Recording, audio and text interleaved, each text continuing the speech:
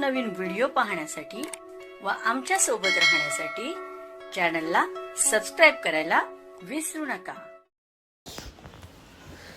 तर बघा काय माहिती आहे, जनगणना नियुक्त कर्मचाऱ्यांच्या म्हणजेच प्रगणकांनी पर्यवेक्षक यांना संरक्षण देण्याबाबत निवेदन देण्यात आलेलं आहे। त्यात काय म्हटलं आहे, जनगणना कामकाज सुरू आहे म्हणून सदर कामकाजासाठी नियुक्त कर्मचाऱ्यांची मोठी कसरत सुरू आहे। राज्यातील डोंगराळ दुर्गम भागामध्ये प्रगणकांना फिरावे लागत आहे।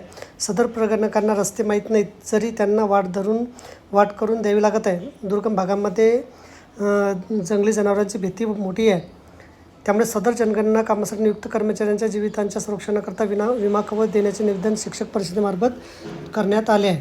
50 लाख रुपये विमा कवच। दुर्गम डोंगरी भागात तसेच जनगणना राष्ट्रीय कामकाज करत असताना नियुक्त कर्मचाऱ्यांचा मृत्यू झाल्यास 50 लाख रुपयाचे विमा कवच देण्याचे निवेदन महाराष्ट्र राज्य शिक्षा परिषद मार्फत जिल्हा जनगणना अधिकारी पंकज पवार यांना निवेदन देण्यात आले आहे।